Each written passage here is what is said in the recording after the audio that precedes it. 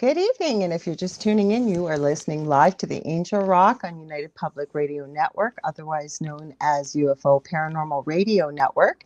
You're listening to the Angel Rock. I am your host, Lorilei Potvin.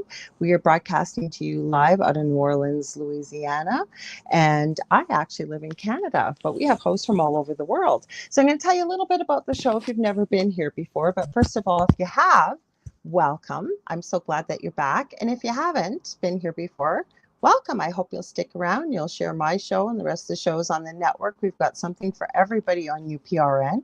So a little bit about the Angel Rock. I say I cover all aspects of the supernatural, the esoteric, power of the mind, power of positivity, as well as a bit of truth seeking thrown in there. So, and there's always a positive spin with the show, regardless of the topic we're talking about.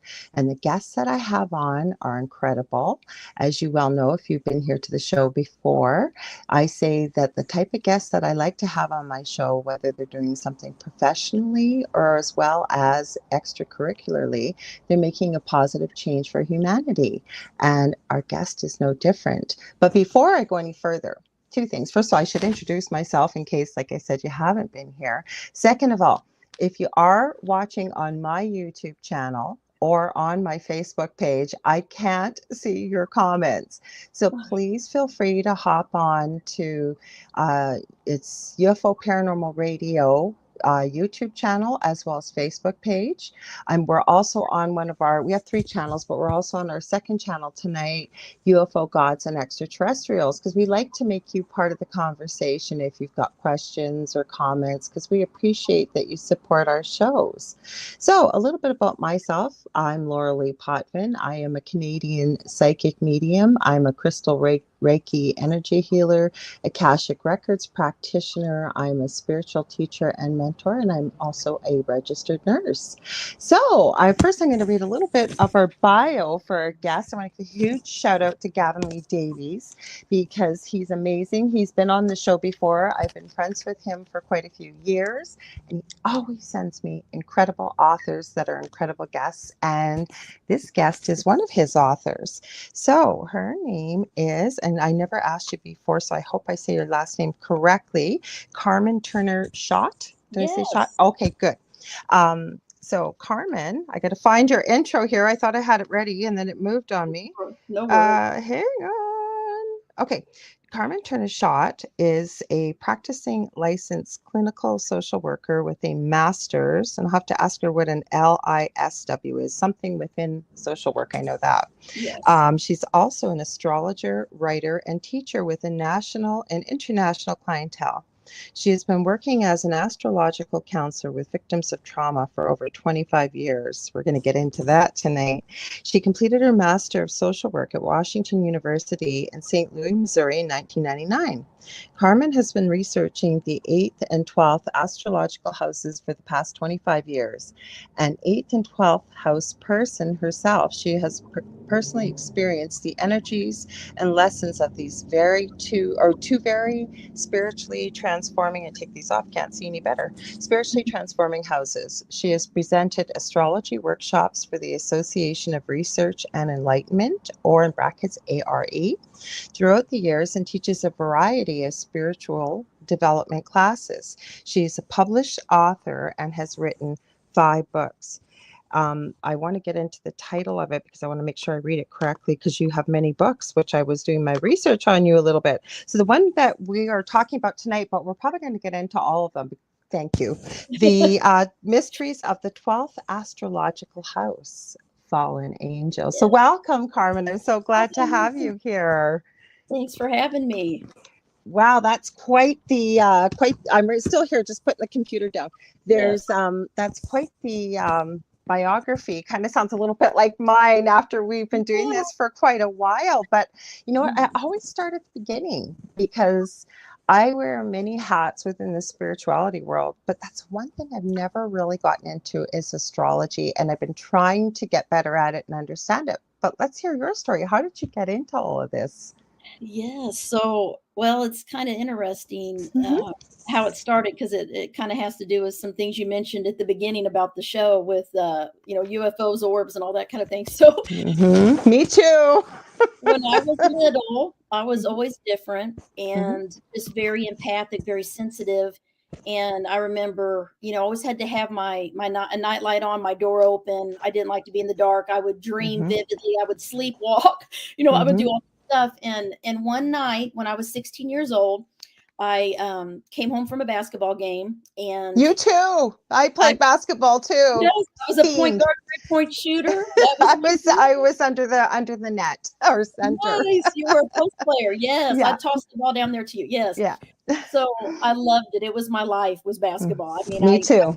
I Mm-hmm. think I'm just going to go with this thread, but part of why I think my intuitive abilities opened up so much was the focus of the concentration of shooting, constantly focusing on the ball going in the Mm-hmm. rim.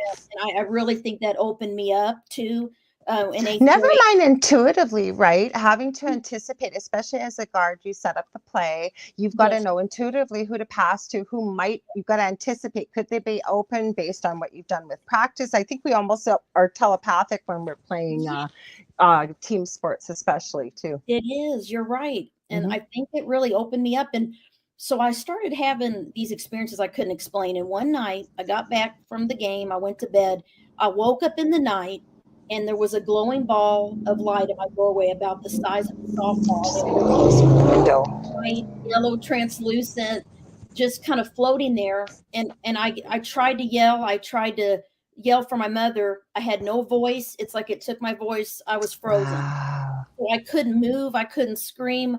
The only Mm-hmm. thing I had control of was my mind. Mm-hmm. I remember thinking, please don't have it come in my room. Please don't have it come in my room. Because at the time it was the unknown. And it was Mm-hmm. just, now I hit myself. I wish I would have went over to the thing, but I was afraid to get up and do anything, but I also couldn't do it because I was frozen. So I laid there and watched it, and it never came in my doorway because I had my mind. I could control my thoughts, and I couldn't do anything else. And I watched it, and it would go down the hall, come right back and float in my doorway. And I Wow. started going to the restroom, it'd come right back. And I think I laid there for hours watching this thing. I mean, I couldn't do anything. They said, watch it. And I finally, after it's like it released me, and I finally yelled, Mom. And I screamed for her and woke her up like I usually did. But typically she'd say, it's just your imagination. Go back to sleep, right? Well, this time she saw it. And I Oh, had a your mom saw it too. yes, yes. Okay. So to this day, she will tell anyone that yes, it's true. She Mm-hmm. saw it, and she said, trying to rationalize it. Maybe someone's shining a flashlight in your windows. Maybe it's a lightning, but The batteries would have died. Believe me, it was there that long. Right? I mean, it's just I think at the time my dad and my brother were not home. They were on a Mm-hmm. fishing trip, so it was just the two of Right. us. And she told me to go back to sleep, and don't worry about it. And I laid there watching it, and I think I passed out, but no one went over to it. Woke up the next morning, my mother, we were in the kitchen, and she said, that was definitely not a lightning bug. And she said, I don't know what it was. And I said, well, Mom, I think it was an angel or a spirit or whatever. Mm-hmm. And that next year, so after that happened, that next year, I went to college, and I went into a little mystical bookstore, and I started researching about religion, Mm-hmm. philosophy, astrology, UFOs, all this stuff. I bought my first astrology book, and I was hooked because it really explained my personality, which is Virgo, and explained my sun and Venus were in the 12th house. And I started looking up, learning how to do my chart, and it explained why I had unexplained psychic or spiritual experiences because of my chart. And I said, there's something to this. No one could ever explain to me why things happen to me. And these intuitions I would have, or I would dream something and it would happen. No one ever raised me this way. I was so that is what started my love of astrology and just researching and bringing it into a counseling practice, because I became a social worker a licensed social worker, which is a counselor. I used to work with runaway teens and children, adopted children, and with victims of trauma, sexual assault, domestic violence, things like that. So I've always been a social worker, but I've always been an astrologer on my part-time hobby job, and doing consults for people. I think I started when I was 19. I started doing free consults, Wow. and I practiced. It really was because I loved it. And I knew there was something very deep and powerful about it. And it was so accurate. So I would do people's charts and they would be like, how did you know that? Because it's your chart, it's energy, it's the map of your soul, it's your destiny, and that's what I call the chart. It's a map of the soul. And to do your birth chart, you have to have, your date and year of birth. Most people know their sun sign, which is the basics. But to really get the whole picture, you have to know what time you're born and AM or PM, pretty accurate time to get an accurate chart. And then city, state, country, place to do a chart. And you can get a free chart on astro.com, and for listeners out there, and you can see where the symbols are and everything. So sometimes people shy away from astrology because it is a lot of symbols. But once you know the symbols, and you can even order a basic interpretation chart, and it'll have the symbols, so you can look, okay, the sun is that little thingy, it's in the first house.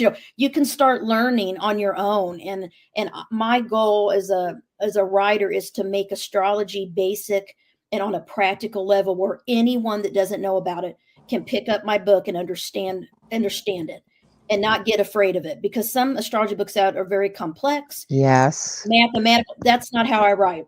I got another book out there right now with Llewellyn Worldwide. It's Sun Signs, Houses, and Healing. It came out in May, and it's a basic book about what is your sun sign strengths, weaknesses, how do you heal, how do you do a birth chart, what are the symbols, all of the basics in that book. And then this book is more of my personal experiences and from all the clients from all over the world that have shared their 12th house experiences with me. And when I call a 12th house person in the book is anyone that has any planets in the 12th house of their astrological chart, and anyone with a lot of Pisces energy, right? Pisces sun, Pisces rising, Pisces moon, anyone with a strong Neptune, because Neptune rules the sign Pisces, and Neptune rules the 12th house in our astrological chart. So this book is dedicated to people with 12th house planets. And I want to put it out there because, I get criticism sometimes from one or two people that there's more to your chart than just one house. Yes, I know that. I know that. But my research is about this house specifically and the 8th house. And I've collected client stories that all are similar. And guess what? They all have unexplained spiritual gifts. Wow. Well, okay, so we've got is it Nomix, I think, with a question mark. Thanks for being here. Good question. Is it pagan astrology? What's your thoughts on that? Where do you think it originates from? What, if any, roots in it? Yes, astrology goes back to the beginning of ancient times, Ireland, Celtic, even in Israel. The all over the world, isn't it? Like, because they use a lot of the same. They might call it something different, different symbols, but the concept, right, has been used for centuries. Yes, it's very much even I always look at the basic Judaism, Christianity, the tree of life and Kabbalah and all that. It's all a part of it. And in ancient times, the signs were on the money. In Israel, they were on the floor of the synagogues. They're in churches all over the world. There's 12 signs of the zodiac. The fixed signs of the zodiac in the book of Revelation are in churches. I mean, this is like astrotheology, right? It's everywhere in the Catholic Church, and I have some articles I wrote about that. That's a whole nother topic we could spend an hour. You're probably going to have to come back because I do love symbols and codes and things like that. Yes. And even with Reiki, right, we have, Reiki symbols, but then you run into, I don't do traditional Reiki, I do crystal Reiki, which is a little different, working with the chakras and things and specific symbols that go with the crystals I use intuitively to balance the chakras. Then we seal the aura. I need to make a video. I keep saying this because people have no idea what it is. And then once they hear about it, if I talk about it, it's like, oh my gosh, I want to know more. Well, you need to, I believe in this. I'm a Reiki master. I don't practice it on others anymore. I used to. That's a whole nother story, but I do it on my family, myself, my animals. But I did a crystal Reiki class once, and it was so powerful. They put a stone. I will never forget. They put a stone on this one lady, and it brought up a traumatic memory that she didn't even know was there, and she had a massive breakthrough. I mean, cried. Everybody was a little bit worried about her physically. I saw it work. I can't explain it, but I have seen crystal healing work, and she felt like a weight was lifted off her shoulders after she discussed what she saw. She had like a memory. Well, what happens specifically when someone comes to see me very quickly, since we went down, with my show, I didn't tell you this before, but I never plan before I start. I always say, okay, Spirit, where are we going with the conversation? And it's just like having a chat, and we just have someone watching our conversation. What was it? Oh, with crystal Reiki. I was drawn to it and crystals, and had a very strange experience myself, realizing my gifts. Came from a house extremely haunted. My partner, husband, was thrown 15 feet. This entity introduced itself, bites, scratches, you name it. And we've actually shared our show on Paranormal Survivor, the Travel Channel show, on season 4, episode 9. And I'm reading 3 books. I'm trying to get these done. I finally this weekend just found some technology where I can dictate it and it will type for me. So anyways, crystal Reiki. What's so cool about it is I kind of run it, and I work when I was able to work before I hurt my back, quite closely with social workers, actually a lot, with being a community visiting nurse. And, it's interesting, right? So when we meet somebody, as I'm sure you do, we do a bit of a history, or, to find out why the person's there, to get to know them. Same thing with crystal Reiki. So what I find is when someone is coming to see me for a particular issue, what happens when we check their chakras initially, it's usually shown in the chakra, the affected area, why they're specifically coming, usually the one above and the one below, or I should say and. It always shows. Like, I remember I did this for a friend of mine who's having a really hard time. And I said, well, you want to try some crystal Reiki? He said, sure. So he wasn't in front of me. He was on video. And after I'd done the whole treatment, and then I had grounded his energy, I end up using a selenite wand, and I check the aura. And after I do all that, make sure everything's perfect, I ground again, right? But anyways, as I'm checking his aura, I get to his left ankle, and I call it my gingerbread drawing, because that's what I use in front of me. And I said, are you having pain in your left ankle? And I can't say what he said, it's not radio friendly, but there was an expletive, and he said, how did you know that? He goes, I had a massive motorcycle accident 25 years ago. My ankle was destroyed. It was completely reconstructed. He goes, nobody knows that. I said, I wasn't using psychic abilities. Your body told me.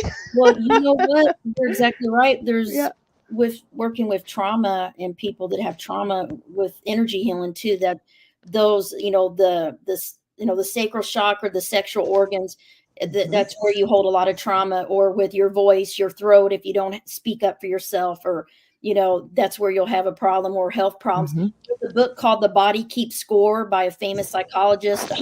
I took all his classes, and it is so amazing. Sorry, my eyes are watering from allergies. But no, that book is so amazing, because our body, secondary trauma, being a nurse, being a social worker, you hear people's problems, you deal with people that are sick, that are injured, and being a healer, an energy healer, you're doing that. And we have to be careful about taking on other people's absolutely problems. You're probably in 12th houser, because that's what we do. We're going to get into that. I was just going to share, though, you're so right about that. But the one book I do want to share as well for people, because I didn't say it just gets too long. I'm also a medical intuitive. But the book that I use all the time is by Ina Segal, The Secret Language of Your Body, because it's almost set up clinically. But when I send the pages to somebody, because it goes by every body system, practically every disease process, it breaks down what could be causing it within your life, like trauma. Yes. There could be a whole bunch of things you hadn't Yes. thought of. And then it gives you ways to release it, working with color, That's working great. with the power of the mind and Right. visualization. It's an incredible, incredible book. So I mention it all the time, and it's like one of my Bibles. I have a couple other ones I use, but Yeah. that's my favorite. So let's talk about this, about your book, because okay, so this is I'm aware it's 12 houses within the astrological, is it, Yes. realm, I'll say. Now, I don't, where I get lost, and I'm being honest, and I'm gonna be Yeah. honest, maybe it's just me, but I find I run into a lot of people within the spirituality healing field that either you just are so drawn to astrology, or Mhm. it's like, yeah, I know a little bit about it, but it's not quite my thing. And True. those are the people I usually meet. Like, we don't know a lot about it. Now, Sure. I work with one lady, there are two of them from the UK. Love them dearly. They're like sisters. One of them is very well versed in astrology, but the two of us aren't. So we always have to say, okay, like, put that into layman's language for us, Yeah. please. Yeah. Okay, so what's so special then about the 8th house and the 12th house? Because it sort of sounds exclusive in a way that the 12th Yeah. house only pertains to people that have some birth information, soul information within the 12th house. Is that what you were saying earlier? Yeah. So how it works is when you're born, when you're on Earth and you look up at the sky. I'll try to make it real basic. When you look up at the sky when you're born, in the time, place, date, year, all the planets will be in a certain star constellation Alignment. in the sky. Mhm. So there's 12 star constellations, which we call signs. And so, we'll go right. I'll tell you what the signs are. There's the fire signs, just like in nature, we have the four elements: fire, air, earth, and water. So the fire signs are Aries, Sag, and Leo. I knew that because I'm Leo. Nice, nice. When you're meant to be on camera, you're doing what you Yeah, want to do okay. for people. Like entertainment, Hmm. yes. Comedian, you say you're a comedian and a radio show, all this stuff. Hmm. And then air signs are Gemini, Libra, and Aquarius. Hmm. Earth signs are Virgo, Capricorn, and Taurus, and the water signs are Pisces, Cancer, and Scorpio. So everyone pretty much knows their sun sign because it's based on your month and your month and date. So when you're born, even twins can have a different birth chart, a natal chart. Hmm. So the picture in the sky, if you look at the sky when you're born, it's like we take a picture of that and put it on a piece of paper. I love it. And when we do that, when you're looking at the sky, astrologers, um, mathematically, we calculate 12 areas or sections of the sky. And those are the houses. So when you You have put made that, this so I'm sorry. I had to stop you because I you're the hope it's first person that made this so understandable. And I'm sorry, Dave, if you're listening. He does astrology, but he does it mathematically. That's so easy. I'm getting goosebumps. That's perfect. Thank you. Keep good, going because I understand it now. good, good, good. Hmm. So you take that picture in the sky, boom, we put it on a piece of paper. Hmm. And what it looks like is, I probably should, it's a wheel. Hmm. And on that wheel, it'll be numbered 1 through 12, and it goes counterclockwise. No, it goes clockwise. No, counterclockwise. So you start the 12th house is also starts what we call the ascendant or rising. So when the sun is coming up in the morning, that's whatever sign is there, that is typically your rising sign, depending on your birth date, year, place, and everything. Oh, okay. That makes, I Yeah, wish somebody would have explained. Like, this is what we need to I'm trying to make understand it basic, astrology. very Yes. basic. I don't want it complex. Hmm.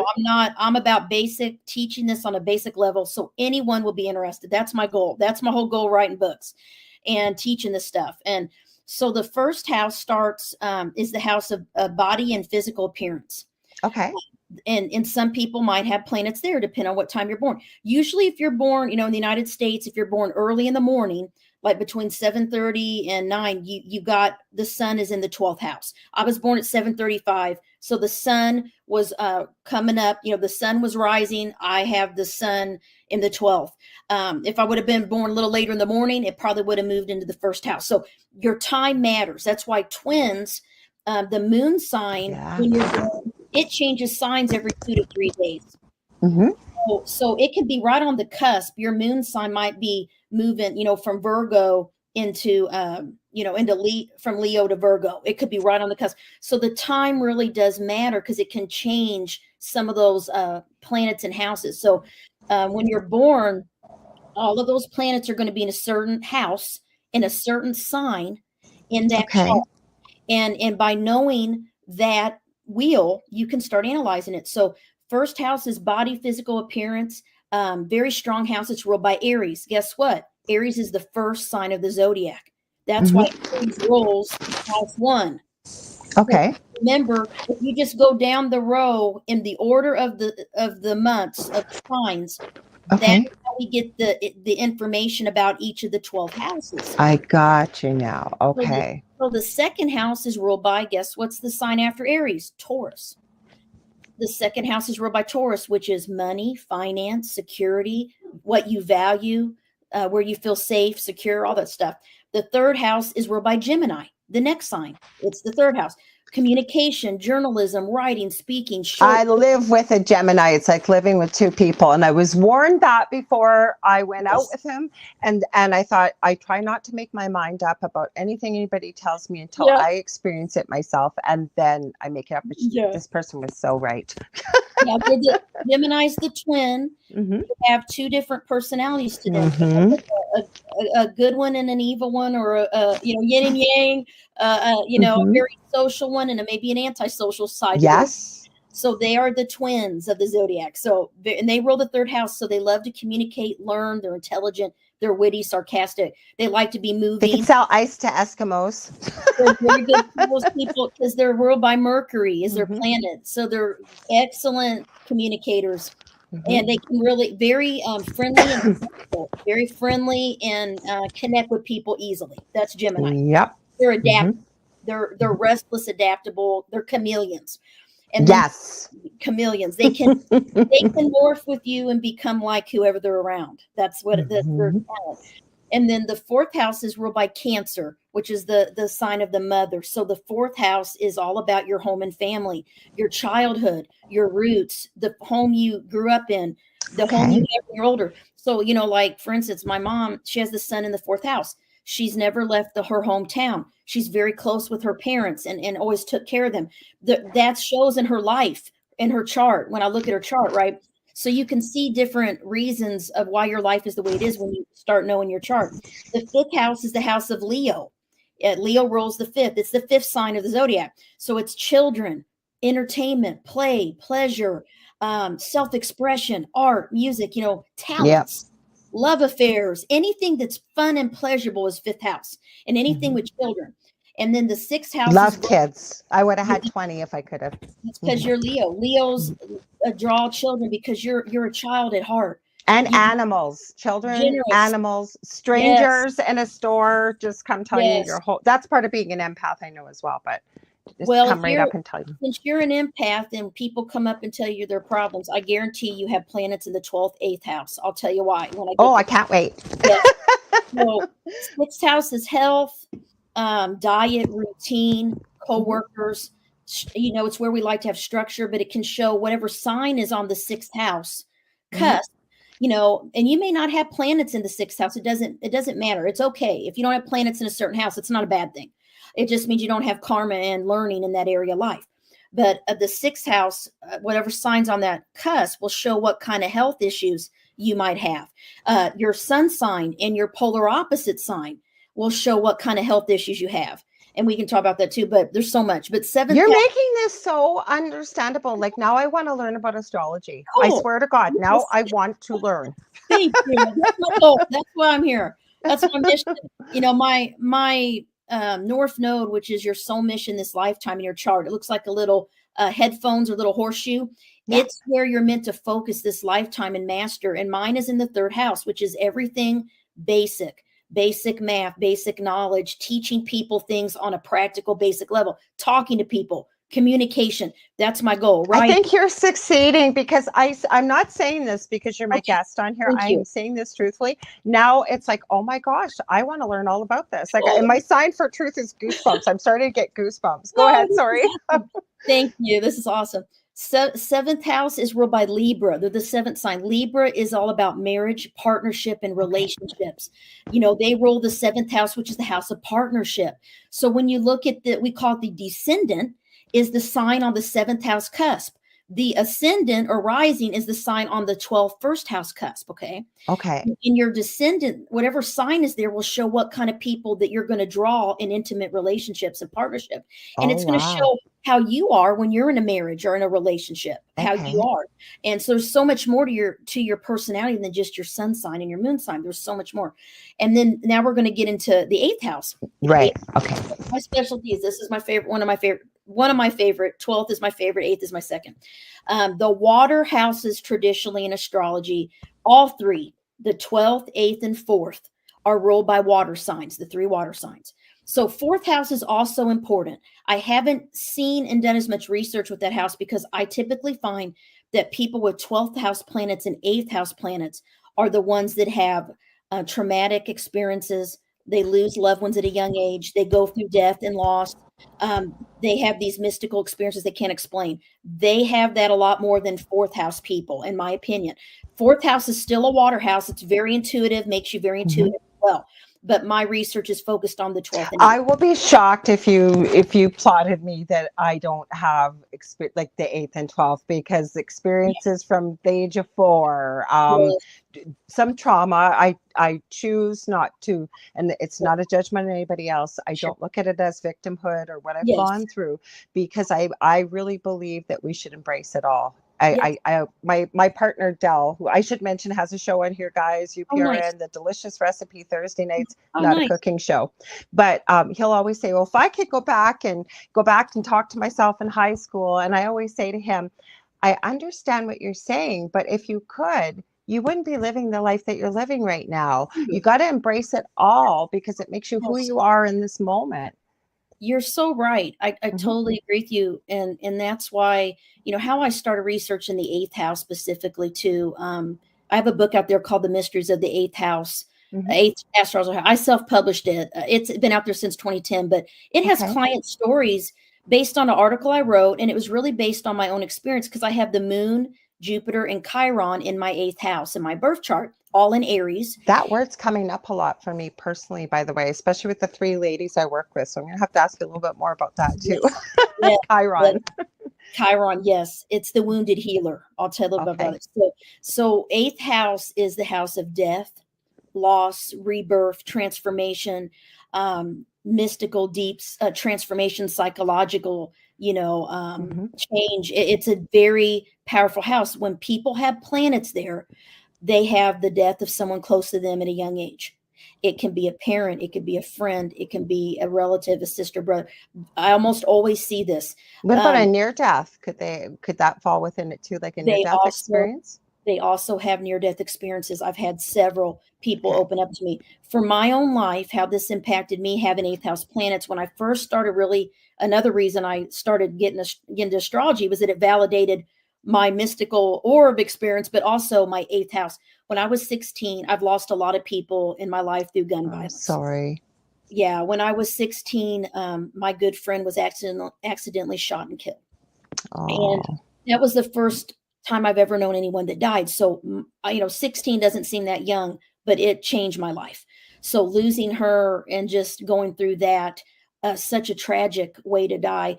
And then years late throughout my life, I have another friend that was shot at a community center just 2 years ago here in St. Louis. I went to college with her and she died instantly. I've had all of these really strange, tragic things that happen, which it's part of my chart. Like you said, I've embraced this. It's made me who I am today, and it's made me strong. And it's made me understand what it's like to lose someone and to go through trauma of losing someone, and I can help other people. And that's what I try to do. So like you said, I would be in the grocery store and people would come up to me and tell me my husband died. My dad died. And I would just listen. Boys would come up to me with their stories of loss. And it was like I had a sign on my back that said, come tell me. Yeah. And then they stop halfway through and go, I have no idea why I'm telling you this. I don't even know you, but I feel so comfortable telling you. That's what they'll say. And I got to know myself through astrology. And I got to know to tell people at work or people that were around me they would want to share really personal things and be vulnerable with me. And I would say, listen, don't tell me unless you're absolutely sure you want me to know, because what would happen is people would push me away. People would open up Aw. and reveal, right? And then they would feel uncomfortable around me because I know their deep, dark secrets. I wonder if that's why intuitively I always say this, and I always said it came from being a nurse, and the same issue with the social worker, that I take confidentiality to the utmost degree. Yes, So unless I have somebody's permission, I don't yes, care if, like I said, the two ladies I work with, I know they don't care if I sure. mention their names. I just don't. I hold, from for those of us that are older, from Seinfeld, where they used to say Yeah, it's in the vault. It's in the yeah, vault. And oh, whereas you say you like now, you have to yeah, tell people, don't tell me unless you really want to tell yeah, me. And yeah, like, I'm just hearing you. I'm listening. There's no judgment. That's yeah. another thing I always say. It's not my job to judge. Yes. Hmm.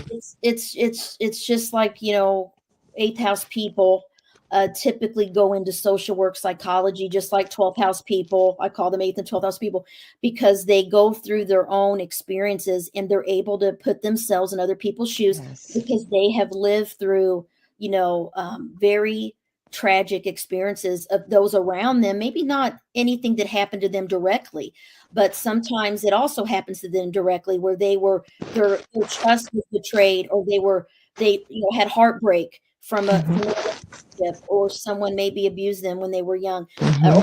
older, or they were a victim of violence or crime. There's all these different things that can happen. And when I started collecting stories and research, and that's how that book came, and that's how my 12th house came. I created a 8th house and 12th house Love Facebook it. astrology group, so people from all over the world are in my groups since 2012. When Facebook became big, I started those two groups, and I've just always, those are my babies, those two groups, and I'm the Hmm. admin.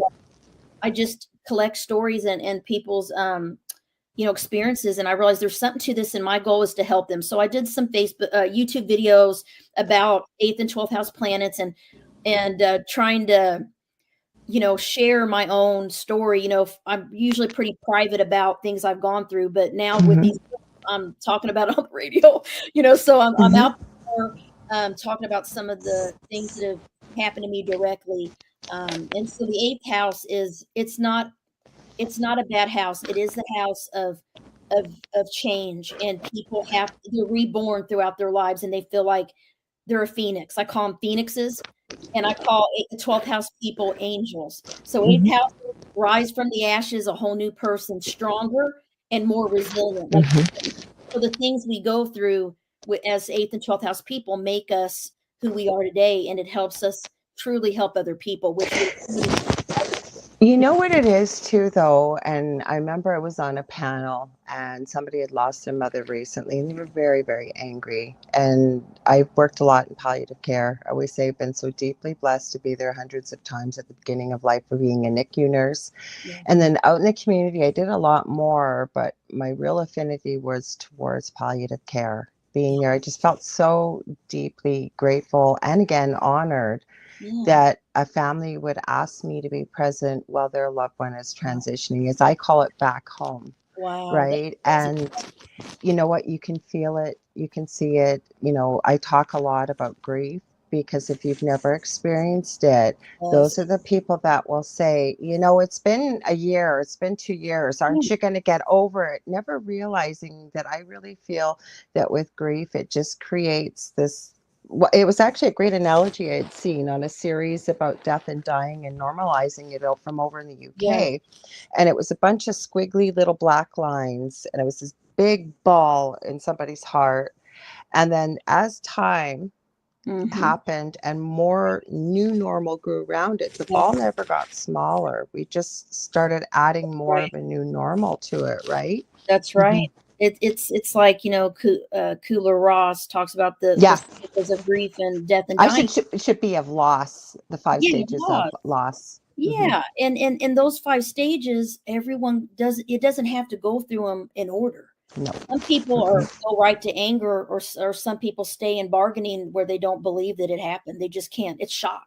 Or denial. Hmm. Denial, Yeah. yeah. Hmm. And it's okay to go through those different phases and stages at different times, and even years later, eighth house people will tell me. I just did a video about it. A song will bring a memory up of something and they'll start crying and it's like, I thought I was over this. I thought I healed it. That's what healing is. Healing is a continual thing. You don't just heal and get over something. It's always a part of your body. It's always a part of you and your soul. So it doesn't mean that you're not healed. It's okay to feel emotional about grief and the things that have happened to you, but you have to be, you really have to heal yourself to help others. So you can't, I try to take my own advice. You can't help other people if your cup is empty. You need to give you have to fill your own cup first. Yeah. So I talk a lot about self-care in my sun signs book and in this book with 8th and 12th houses as well, because you got to take care of yourself, because 8th and 12th house people, their boundaries are wide open. They need to learn boundaries, and they need to learn not to take on other people's pain, because they just absorb other people's problems and they feel people's pain, and it becomes part of them. And so that's why they need time alone. They need solitude. They need time to withdraw from the world and to recover so they can go back out and be a service. So that's really the 8th house. And then I'll finish. The 9th house is Sagittarius. It's all about travel and foreign culture, foreign religion, philosophy, all those things go, higher education. 10th house is your career. We call that the midheaven, the 10th house. And it's your career, the public, and seeing what's going on there will really show what kind of career is best for you. Maybe some challenges or strengths you have in the career house. Then the 11th house is groups, friendship. It's ruled by Aquarius, so humanitarian efforts.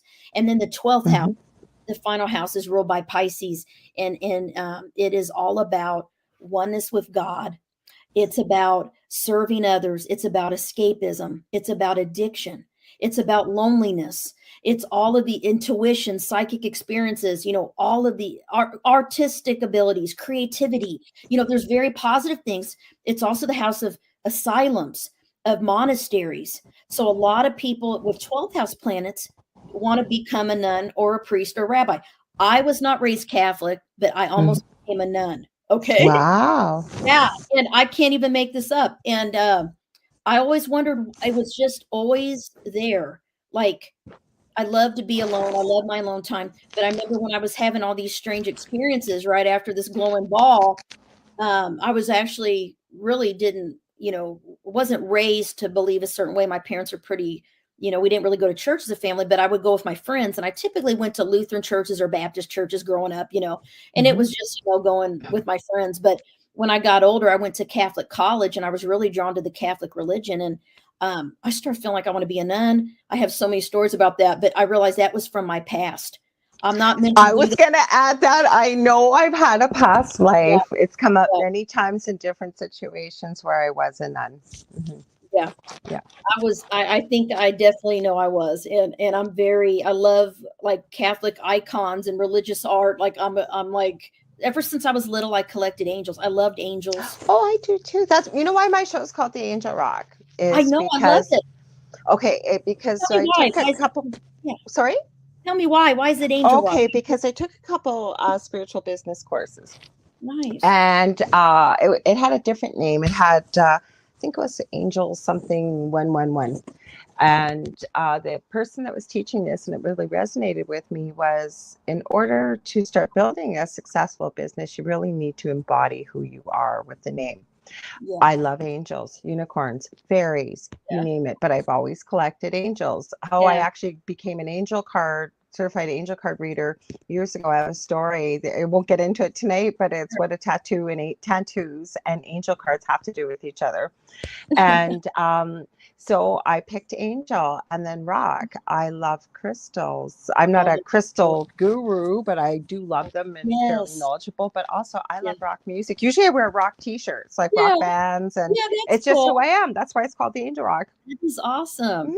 So, hey, are there any questions? Do they want me to answer? So you have some questions from... We've got a few here. Let's go back a bit. So hopefully you're hanging in there, guys and girls, I should say, because they're the names are pretty generic. So Nomics is adding way back. They said, mine is pure social anxiety. I guess they're talking about when we were getting into the different houses and thinking everyone around me is trying to get me, to set me up, out to get me in. I got to put my glasses on. Sorry. Can't read the small print. Can you see it?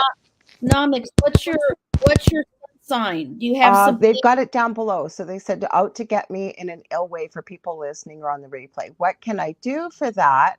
Nomics added air 100%. Teflon, Danny, welcome. That's a heavy diagnosis. I believe they were commenting on Nomics' question. So Nomics says they're Gemini. Okay. Yeah.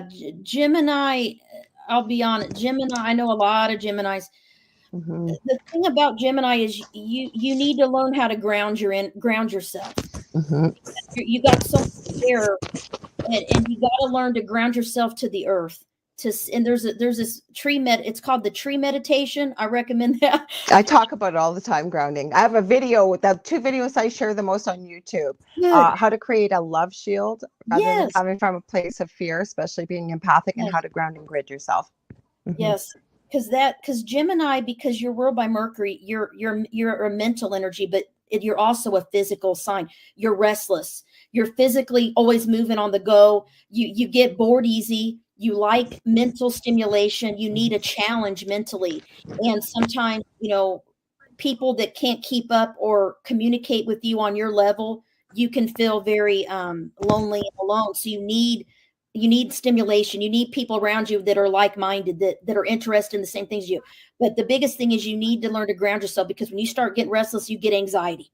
That's like Virgo. Virgo and Gemini are both ruled by the same planet, Mercury.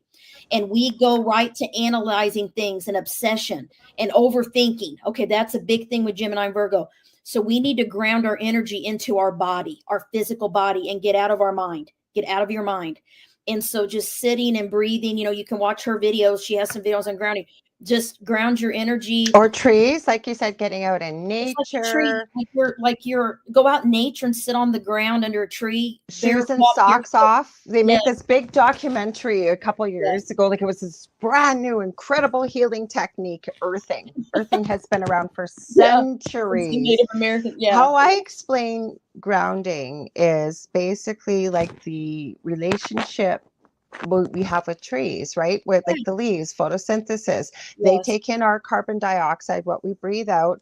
They take it back in, they alchemize it, if you will, back into oxygen that we can use. Because I believe everything on this planet requires balance. That's why we have so much duality, right? Almost everything is duality. So with grounding, and you can visualize it, you can listen to a meditation. There are all different kinds of ways. I have a bunch of articles on it. If you want, feel free to contact me at the end of the show. But what I will say, I believe I have a guided video or guided meditation I do in the grounding and gridding video. But basically, I get people to go to a place of, if you're able to visualize, I always say sense, feel, or imagine that you're growing tree roots at the bottom of your feet, okay, connecting to the center of the earth. But some people call it Gaia, which I do. Some people just want to call it the universe. Some people just want to call it the center of the earth. For myself, I will share. So those tree roots have a plug at the end of it, if you will. And I imagine it plugging right into Gaia's heart. I imagine this beautiful stone being sitting in the center of the earth. And I'm sending her, I call her her. You can call them whatever you like. But I'm sending her what no longer serves me. Energetically, spiritually, you name it, no longer what serves me. And in exchange, I ask her to take what I no longer need, and what can she give me to help ground me. So we have an exchange, if you will, because I know, I believe, and I visualize that what she takes that no longer serves us, she alchemizes it into energy that we can then utilize in the future. I hope that makes sense. Nomic said 100%, and thank you all so much. Read me like a book. There you go. Carmen. If you go to astro.com, or if you go to my website, 8 and 12 houses.com, the number 8 and 12. You can email me through there. If you want to email me your chart, I can take a look and see if you've got any 8th and 12th house planets. So I did put your website, I looked it up, and I think we're going to have you back on anyways, if you're open to, because I want to talk to you all about symbols and signs, because I'm a real believer in when something shows up in my field in a short period. So I had this guest on from the UK, and he's written one of Gavin's authors, Tom Riley, and he's written the truth history about behind Oliver Cromwell. Okay. So Dell, Yeah. my partner Dell's had him on, and we just, you just click with people, Yeah, certain people, yeah. right? So afterwards I'm talking to him. I forget what we're talking about. And he goes, have you read the Da Vinci Code? And I said, oh, heck yeah. And then, so we start talking. He said he was really into it about 10 years ago. He's always kind of wanted to do a bit of a history on the true Da Vinci Code. Yeah. Ren le Chateau. Yeah. So I said, yeah, let's do it. So right after I talked to him about that, no less than 12 hours later, 6 different people from all different facets, whether it's the internet, my property manager, people that had nothing to do with this, all brought up the Da Vinci Code. So I believe we're meant to talk about, there's so much symbology and stuff in that too, right? I love that. I love, there's a book, it's about Washington, D.C., the D.C. Zodiacs. Oh, The okay. we could spend a whole show on that. There's a book out there by, I think it's Overson is his name, but I had someone tell me about it and I started looking, but in Washington, D.C., there are like over 28 hidden astrological zodiacs within the city and major monuments that the founders of our country built. What about your money? They built the whole Stuff that's city in your based on money. an astrological map. I mean, it's based on the sign Virgo and everything. So, but that's a whole other thing. But I could talk about astrology in the Bible. There's tons of symbolism in there that's amazing. One of the cool things that comes up with the symbolism is Jesus, when the disciples ask him, will you return? He said, follow the man with the alabaster jar in the house where he dwells, which is the sign of Aquarius, the man. Wow. And guess what's happening? We're in the age of Aquarius. And he said that in the New Testament. And then in the book of Revelation, it talks about the 4 fixed signs, the face of the man, which is Aquarius, the face of a lion, which is its polar opposite sign, Leo, and the face of the bull, Taurus, and the face of the eagle is the ancient symbol of Scorpio. Okay, you know what? You're not going to realize this, you wouldn't know this, but I'm going to reveal this here. Those 2 ladies I work with, we channel quite a bit of information from Spirit, ET, you name it, just to get a little bit of insight, what's been going on in the world in the last couple of years, what to expect, if there's any way we can help in any way. That came up, a lot of stuff's been coming up in the Revelations with just what you brought up. And we weren't quite sure what that meant. I think you just hit the nail on the head. They may be listening. So ladies, if you are, sometimes they do if they get a chance, but I'm going to draw their attention to this to have a listen, because we were meant to hear that right now, obviously, because I've been drawn to Revelations. I was raised Catholic. I say I was forced to go to church, forced to go to Catholic school. So I remember in 6th grade, I had to write a speech, and I was, believe it or not, painfully shy till I was about 14 or 15. Now I have not your shut Leo up. didn't come out yet. I have not shut up. I'm just turned 57, August 15th. Shut up since. I'm the 26th, so I just had mine Friday. So well, happy birthday. No, I have not shut up. But in 6th grade, we had to do a speech, and I have no idea why I chose Revelations and scared the living crap out of every kid in my class and my teacher. My dad helped me write it, actually. But at that time, Ronald Reagan was president. Yes. And he had 6 letters. I forget what his middle name is. I always do now. But his letters actually of his name were 666. Oh, man. And again, this is from a childhood perspective, because 666 can be taken whatever way you want, depending on whether you look at gematria, numerology. I mean, go on and on, right? Exactly. But I love symbolism. One of the symbols that comes up a lot, is the star. In astrology, well, in ancient times, the Christians would put the star on their doors to ward off evil spirits. And then now law enforcement wears a star as a badge of protection. We have to, you know what, if you're open to it, we have to do a show on this, because this is so powerful, because people have no idea what is hidden right in front of their eyes in plain sight. Like I mentioned, money, all your commercials, logos, we could go on, and you've got so much insight from an astrological perspective, and the way you've explained this really gives a lot of insight and reasoning possibly about why that was used in that particular instance, the symbol. That's great. Thank you. Yeah, I would love to talk about it. So we've got Teflon Danny, because he mentioned, I don't know if you're still here, Danny, but if you are, he's a Pisces. And then he said, twins run in my family. And I think that's all he wrote, but he has a comment here. But Okay. I'm going to ask you about it after, if you're able to take a look on that little bit of information, because I think it's an interesting comment. The next one. So I'll give you a minute to take a look. We didn't get much more info there, but he said he's twins running. So yeah, Pisces.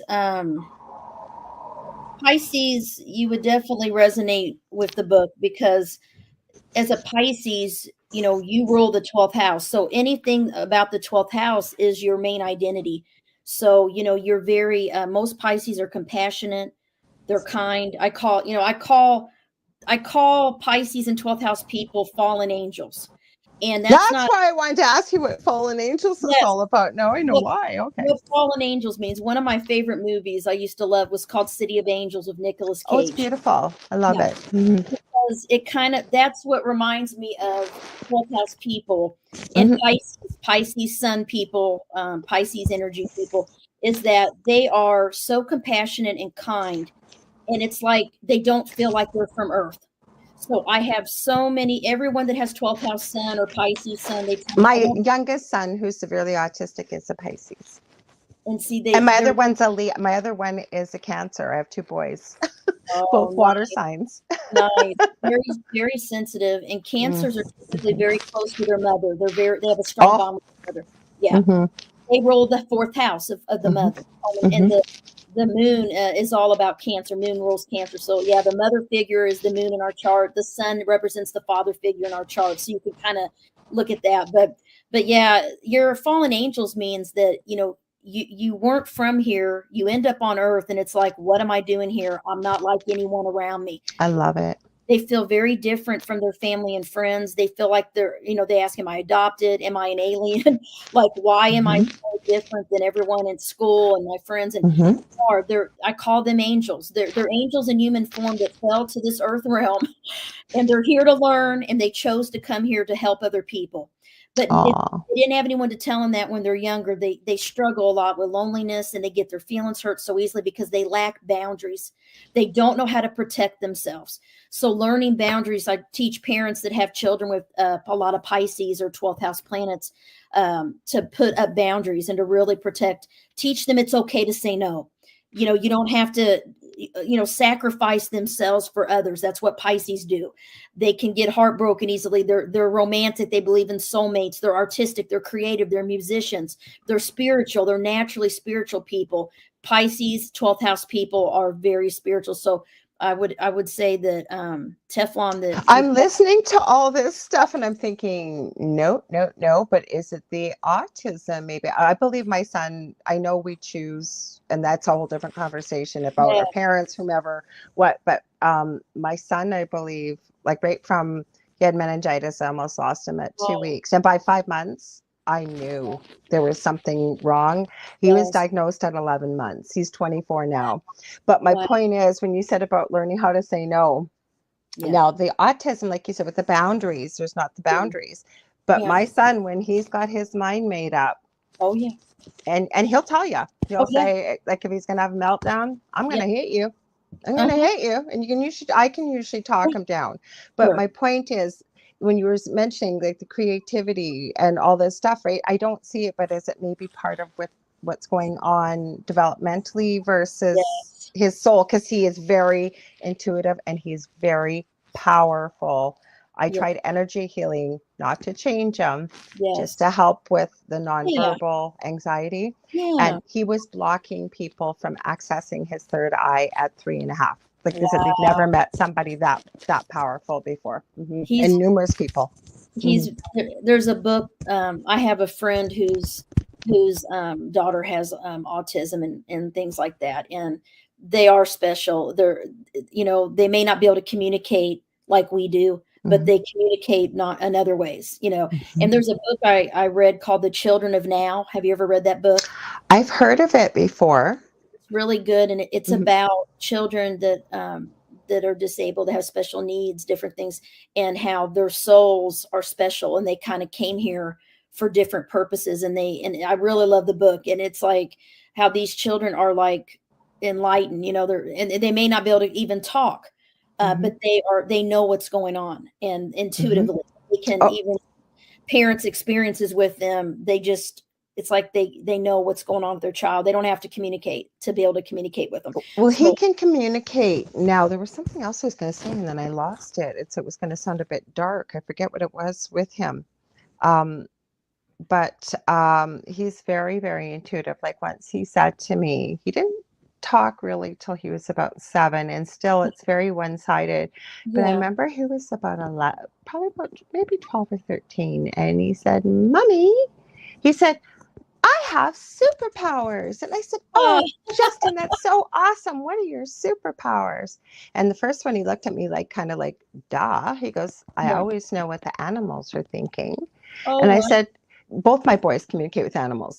And then I said, "Okay, well, what's the second one?" And then a bigger look like, "Mom, seriously, you don't know?" Like the look. He goes, "My autism, of course, it's a superpower." And I thought, I'm so glad that he's able to perceive it that way.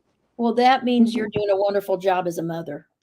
Well, I don't know if it's that or not, but he definitely is an individual. And confidence. Confidence. He does. Yeah. He's very, very strong-willed and very, very persistent. And he needs to be handled a certain way. And even if he didn't have the autism, with what you're saying about Pisces, I could understand that somebody very confrontational or harsh could bring out some very defensive behaviors or energy. I could see that because, like you said, they're so sensitive. That would make a lot of sense. Yeah, they learn a lot of times. If they learn how people are, they'll learn he learned how to protect himself, And that's what I was going to tell you. Okay, so when we went through this, now this is the dark part. How my thing started with a lucid dream, like it happened like 16 years ago, like it happened 10 minutes ago. Something actually identified itself as demonic, gave me its name and the spelling of its name, and tried to get me to agree that a little business I was doing, and they were telling me, that little business does nothing. I can give you wealth, fame, what have you. And I can't say on the radio what I told it to do, but in no uncertain terms. Yeah, you had a bad lucid dream, which that you felt like you were awake in the dream. Oh yeah, because all heck broke loose, and everything he told me, including the spelling, everything I found 10 years later. I could find nothing about it going to Catholic school, everything, even the spelling. So all heck broke loose in that house. Now, where was I going with this as I'm getting out of I know.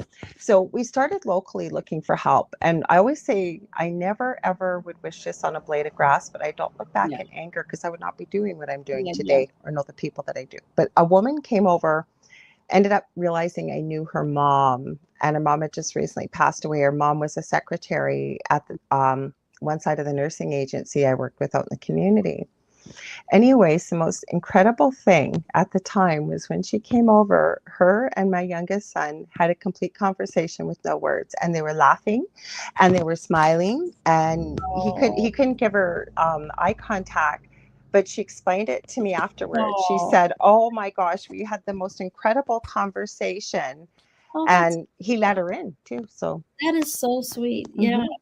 Yeah, that book, The Children of Now, you gotta, it's older book, but I read it when I was working with children. I used to work with autistic children. Okay. I did an internship. It just seems so long ago, but when I was in college, that was one of my internships, was at Judavine Center for Autism. Oh, and wow. I worked with age 2 to age 18. Okay. And I did that, and I always loved kids and teens. So that was my big thing. I love kids. And you know what it is too?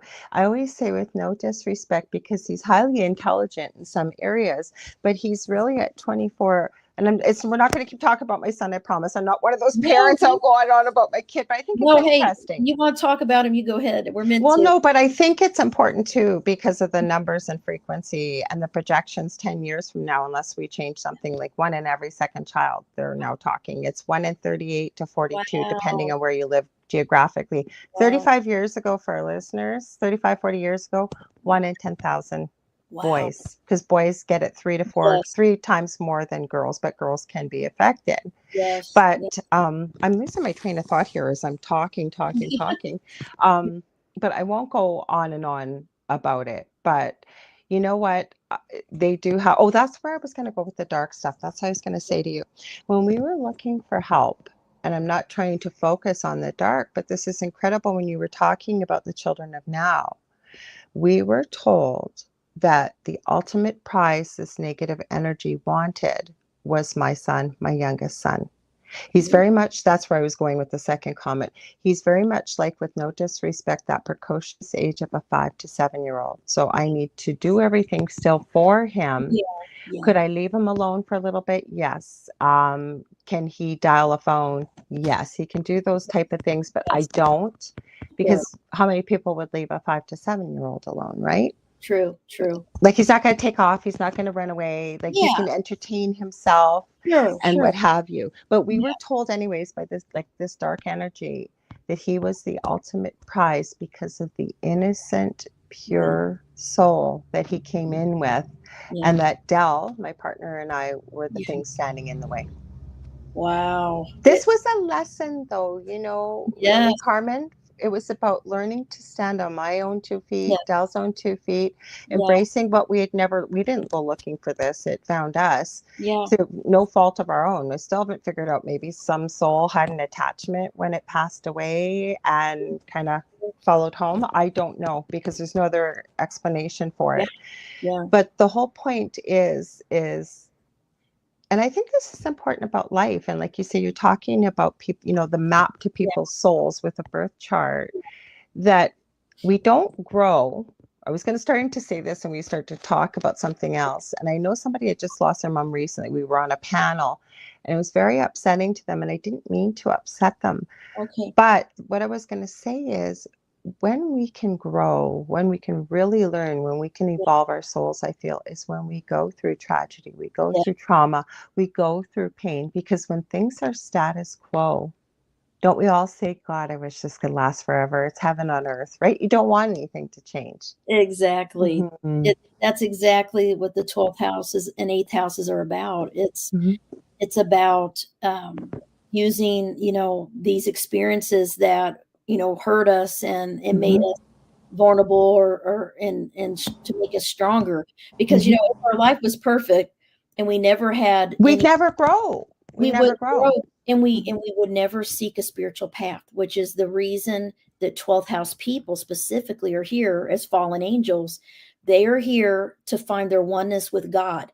The 12th house is about cosmic consciousness, dreams, intuitive abilities, serving others, and connecting with the higher power. So they have to have a spiritual path. And when they don't, that's when their life can get, it's like the universe does things to knock them back. Right. Oh my gosh, you were saying the same things. Like, it's literally, because I'm very visual. It's like Spirit gave me the vision of trying to paddle your canoe uphill. And then, you know, even if you just stop to breathe, right? It's like the universe or the current turns you back in the right direction. But it's these people that'll come for help. And you can tell that they've been fighting who they were meant to be. Right. And like you said, the universe will just, it's like it puts obstacles and it makes life so difficult. But when you're on the right path, it becomes a little bit easier, doesn't it? It flows a little easier. When I was 19, I had an astrologer do my chart for the first time. You know, I just done my own. And he said to me, your sun is in the 12th house. Anything you put before God will get taken away from you. That's what he told me. Oh, and I'm my goodness. Like, you know, to hear that at 19, you know, I was still pretty young. I'm like, wow. I mean, but it got my attention. And now that I'm older, I just turned 47. I totally know what he meant. But, you know, at that time, I really hadn't had that much happen. I don't know. Like that would be something I'd bring into meditation. Are you comfortable sharing what your interpretation of that, what that meant for our listeners? Yeah. What it meant was, you know, the old me, I would say, because I'm a different Carmen than I used to be. Yeah. The old me had no boundaries. I trusted people so easily. I would give someone the shirt off my back, and I never really told people no. So I was a little bit, everyone used to tell me I was too nice. And so some things that happened was I, you know, got in love relationships in the past with the wrong type of people that did not treat you like you deserve to be treated.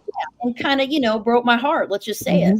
And so through heartache and going through the pain of healing that and getting over that, that was my learning with having the sun and Venus in the 12th house, because the 12th house, Venus, is the planet of love and relationships. So it's all about believing in a soulmate. I used to believe that there's one special person. I think it's a bunch of baloney now. There's not just one special person out there for you. Learning and lessons with people, and what I went through, I was meant to go through so I could help other people now that I'm older. But at the time when you're going through it, you just think, why me? And you feel like a victim sometimes. Like, why is this happening to me? Why am I being punished? You know, and you're not. It was my chart. Your chart shows what experiences in life and why you have to go through certain things. And it's to make us more resilient and to make us stronger so we can help other people. We're here to be with people, you know, to help guide and help other people. But some people that are 12th house people, it's the house of addiction and escapism, because I've been around that my whole life, personally as well as professionally. I don't have the issue. I'm not saying that self-righteously, but I've had it around me. And another thing I constantly say is nobody wakes up one day and says, geez, I think I'll become an alcoholic, or I'll become addicted to drugs. For whatever reason opens that doorway, it masks the pain people are going through, because you never find somebody that is addicted that is not going through trauma or pain. I have yet, anyways, to meet, find, or read about, research about. There's always a trauma or an unhealed wound. I like that better, because some people will look at somebody's life and say, that's not traumatic. Well, it was traumatic for that person to experience. It's an unhealed wound. I love those words. It's their perception of what happened to them. And and someone else might have a lot of worse, or you think worse stuff or bad stuff. But it's not a contest, though, is it? That's what you're going to tell people. It's not a contest. No, everybody deals with trauma and hurt and heartbreak and loss in a different way. Some people are more sensitive, 12th house people, for instance. So if you think about it, when they drink, when they become alcoholic, they're trying to numb the pain. You know, when you talk to people that have attempted suicide or trying to take their life, they don't really want to die. They want the pain to go away. You know, and they'll tell you this, and they'll say, hey, I want to feel better.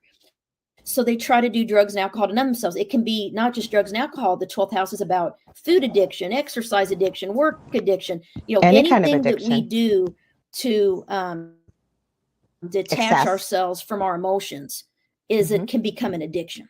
Anything we do to cope can become an unhealthy habit. You know, we get these unhealthy habits that we do.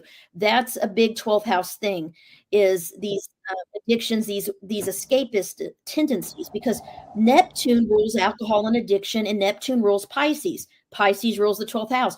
So it's all about escaping from stress, escaping from the real world into our imagination, into where everything is rose colored. Everything is you put people up on a pedestal when you have 12th house planets, and you see only the good in the world and only the good. You're like a little angel that comes into a darker earth realm, right? That's why I call them fallen angels. And they realize, oh my gosh, people are mean. Oh my gosh, they're hurting me. Yeah.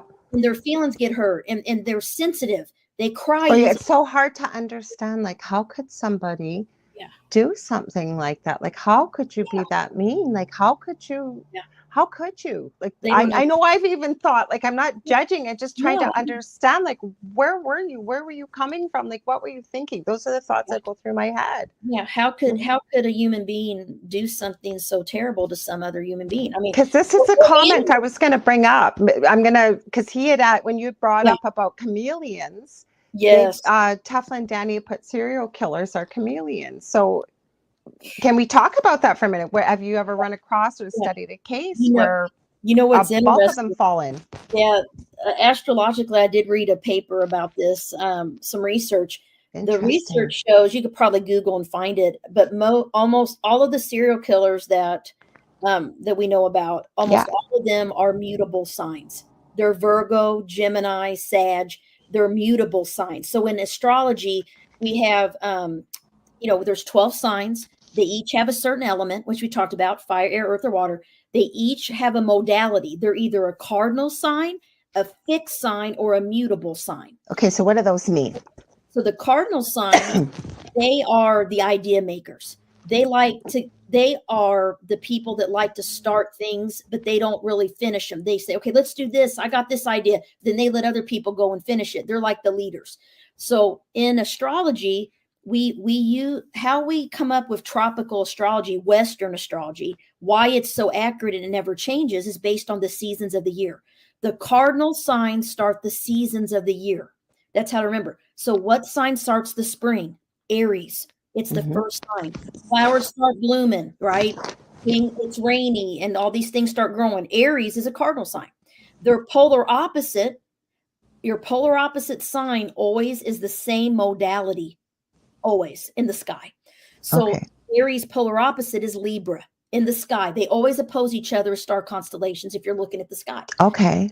Libra is also a cardinal sign. It Mhm. starts the fall, right? Okay. What about summer? Summer is Cancer, Yes, because I thought. summer. And guess what their polar opposite is? Capricorn, which is winter. Okay.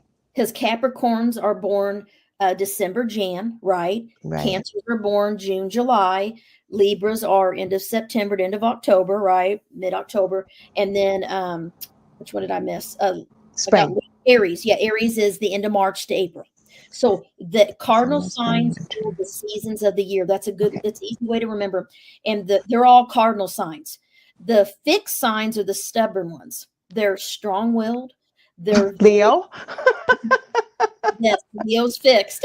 Yeah, I figured. So Leo and Aquarius, which are polar opposites in Mhm. the sky, they're both fixed, and they're the ones in the Book of Revelation. And then Taurus and Scorpio are the other two fixed signs, and they both oppose each other. So they like to control things. They don't like change. They like to be the one that makes change. They want to be the one in control. And fixed signs, they're hard to change their mind once they make it up. I mean, you can read them like, Unless you're aware of it and you're yeah, open, because I have yeah, evolved. Not that I was that steadfast, sure, but I sure. have learned with experience and age. I'm nowhere near the person I was Yeah, 10, 15 years yeah, ago. I have yeah, evolved and changed through experiences, through reading, through learning, through interacting with other people. And I always say, just because maybe I haven't heard of it or seen it doesn't mean it doesn't exist. And I've true, changed my mind about a lot of things too. true. And you got to look at everything like just the sun sign. We're talking I about the do. fixed, but you may have a mutable rising sign. So we'll go to mutable. Okay. Mutable are they're changeable. Oh, interesting that he said this Well, then, Danny, if you're listening. so guess who the mutable signs are? Gemini and their polar opposite Sagittarius, Virgo, Ah, and Pisces. Okay. ooh, okay. And so I don't know what it is, but I did read about just sun signs of serial killers only. We weren't looking at other, I think there's Right. more to it. There's more to the chart than just your sun. But traditionally, just looking at the sun sign, the research has shown there's a ton of Virgos, Geminis, Sages, and Now, Pisces. did they have a hypothesis about why they were seeing this at all? Did they go further with this research that you're aware of, or They're just kind of looking at the modality was which, similarities, or like you said, yeah. modalities? What's the most prevalent? Yeah, and it just happened that the real people the FBI has had that, they have been a mutable sun sign. So Wow. I don't, I'm not expert in that, but I did Mhm. read a research paper about it that Teflon's talking about. So it is interesting. I think mutable signs, I'm a Virgo, but I have a lot of Taurus and Aries, so I'm fixed in cardinal. So I don't feel like a mutable sign, but I've met people that are very they can morph and change. Most of them are Gemini and Sag, and Pisces. My partner just said to one of his friends, I was surprised he admitted it. He said, yeah, you never know what doll you're going to get. There's two of them. You might get this one or you might get the other one. You just never know. And it's true. Mm-hmm. And when you look at, if you have a mutable rising sign, I noticed like Pisces, Gemini rising, especially Gemini rising people, they are so adaptable, and they can just become and pretend and they take on the traits of people they're around. They're like water. They fit the shape of whatever vessel they're poured into. Yes. Yes. And they're likable, they're friendly, and they're social. So they're charming. That charm, that charisma. Like I said, they can sell ice to Eskimos, and they can. Gemini risings, anytime I really click with someone and we start talking, and it's just like they know you so well, they got a Gemini rising, because they know everyone well. They can make everyone feel like they know them well. We moved in where we are. We left at that house, lost everything. I don't miss it. I'm not sorry we left it. We've got incredible neighbors here, but nobody spoke until we moved in. And that's because of Dell. Like, not that I'm not friendly. He is just like that. It doesn't matter where you go. He'll be able to talk. And he was fun. I remember he told me, because I had very interesting and intriguing conversations with him. Like, he has admitted that, like, I've often said to him some of the experiences he shared, and he remembers like being in the Jolly Jumper. Well, I was about 2 years, because he doesn't have his own smaller children. He has my kids and stepkids. I said, Del, you had to be a baby to be in a Jolly Jumper. Like, how do you remember that? Or certain things he was doing as like a 3.5, 4-year-old. He lived in Toronto at the time, driving in this huge circle in suburban Toronto on his bicycle. He could tell time. I said, your mother let you go by yourself? Like, oh yeah, it was like no big deal. Anyways, he says everybody in the neighborhood knew who he was, because he just would go and introduce himself and go talk. Like, this is a child, like a little kid. And I think he came in as an adult. He's shared with me. I don't know if he's, oh, sorry, go ahead. An old soul. Well, I don't know if he shared on air, so I won't say it, but he's actually said to me over the years what he believes his past life was. And it would have been something that if he died, he would have died very suddenly. And it's almost like he popped right back into another body to finish, but still had that adult psyche in a small child. That's what it feels like to me too. Yeah, that's interesting. Definitely. So there you go. You know what I was thinking too, and I'm so grateful I had you on. I'm so grateful for all my guests, but this is the first time I'm actually understanding astrology. Like, it's so intriguing. But as you were explaining this, I thought, holy cow, they really didn't send us without a book, because there's astrology, the Akashic records, there's channeling, there's intuitive ability. I mean, I could go on and on. It's just, I think, whatever people are drawn to and willing to open it and take a look at the answers. Well, I will. It's interesting you brought up the Akashic records. I've been trained in that level 1 and 2. But when I do someone's chart, I actually do the prayer, the Akashic records prayer, and I found that before I even look at their chart, what's in the record matches the chart always. And I have found I've been doing it forever. I've been so called to the Akashic records forever. And the teacher, she's actually running the Akashic records again, guys. So if you're interested, Amy Robeson, Sacred Awakenings. And I've taken both levels with her. Love her. She uses crystalline energy to open the records. Takes about 10 seconds, not 10 seconds, maybe 30 seconds. But after I took both courses, I realized, holy crap, I think I've been accessing the records my whole life anyways. It just didn't know. When you talk like that, you don't need, sometimes I'll be saying something, or some like, how did you know that? Or someone will say, I was just going to hit call. Why did you call me? Someone will be on my mind. I'll call them. They're like, are you psychic? I'm like, I'm just intuitive. I don't know. I was drawn to call you. I called you. So I think we live in I think we all have these abilities. I'll give a shout out to Joe Montaldo in New Orleans, Louisiana, who owns a network and broadcasts this out of his home.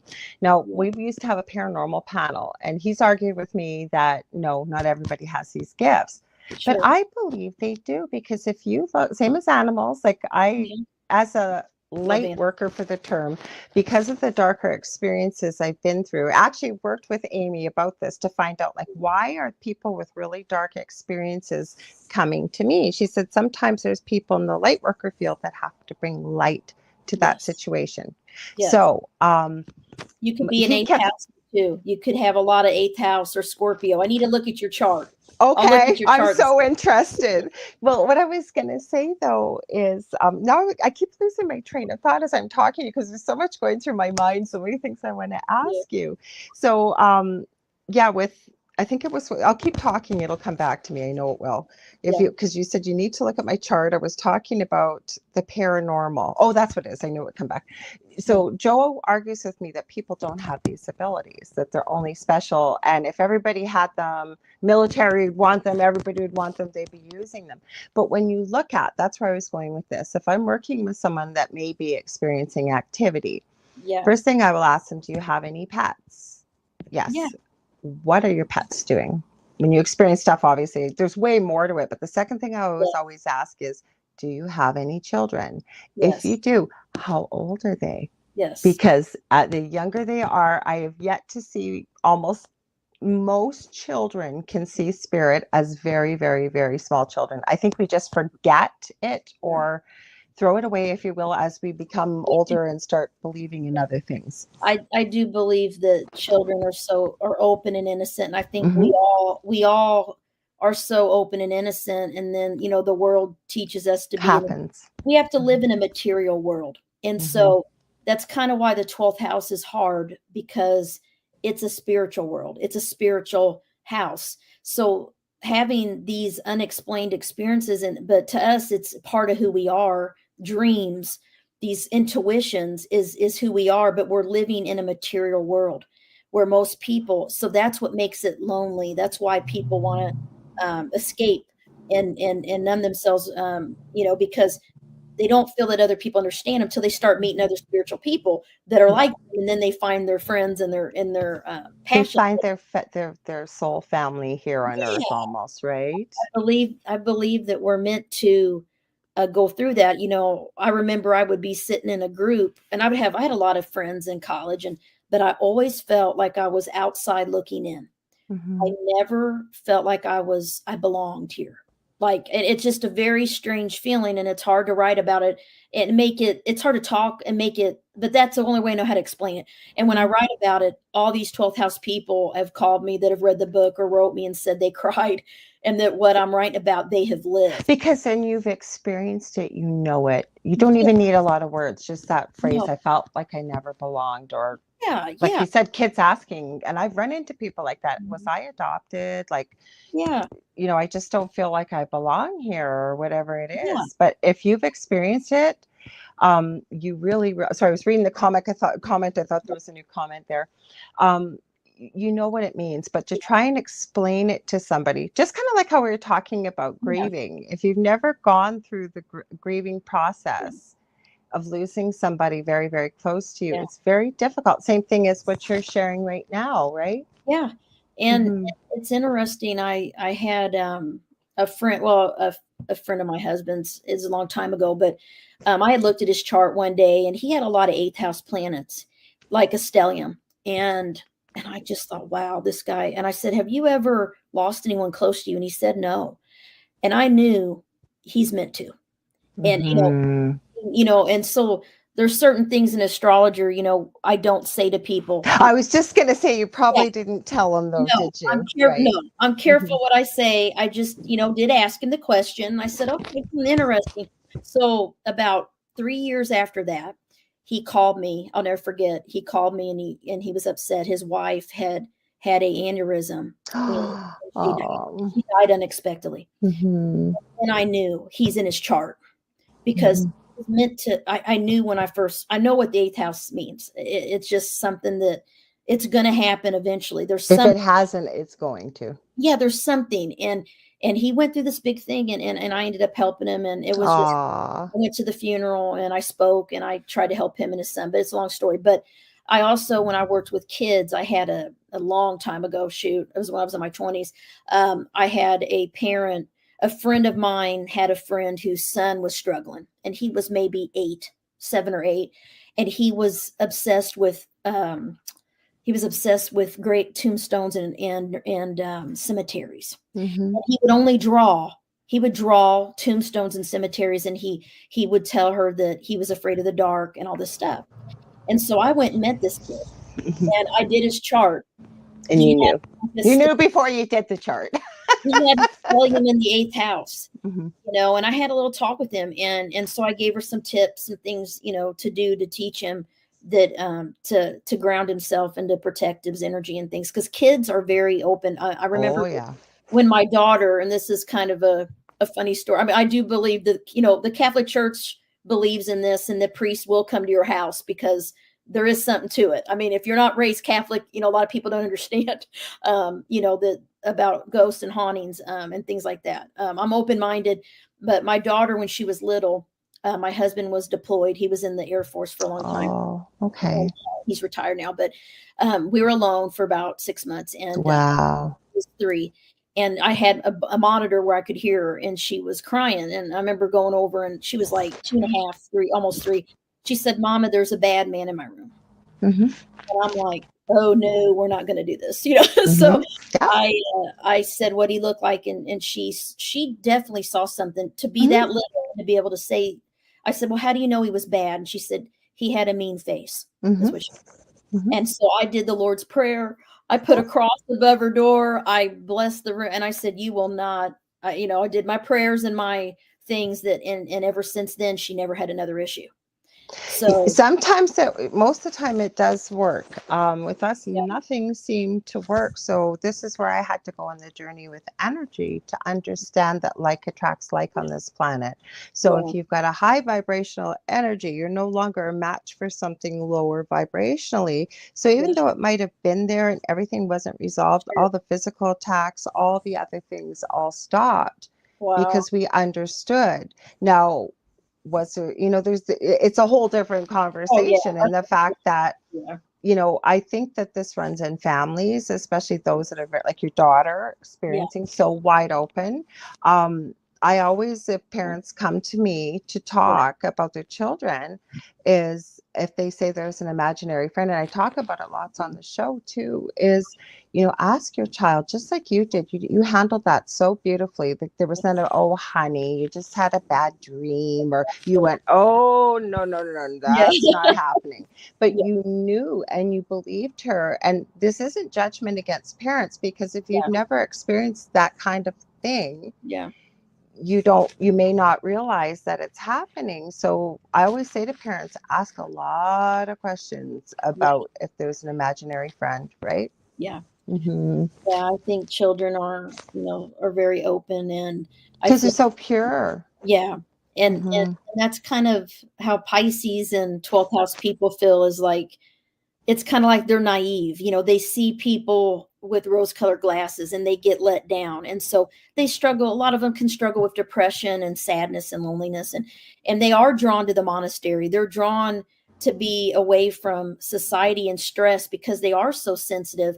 And it's not a bad thing. It's just part of having planets in the 12th house. Of course, they have planets in other houses too that do play an impact in our life, but I specifically have done a lot of research on those 2 houses. And I have a question for you, actually. What I was thinking about, though, have you run into people, I'm sure you have, where the majority of their houses are within the 12th and 8th sign? Like, are those, what kind of individual would that be? Because I can't even imagine the issues that would present.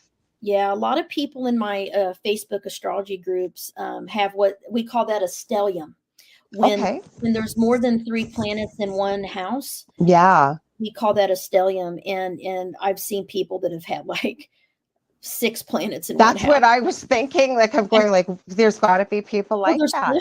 They're special. I mean, I will say that they struggle.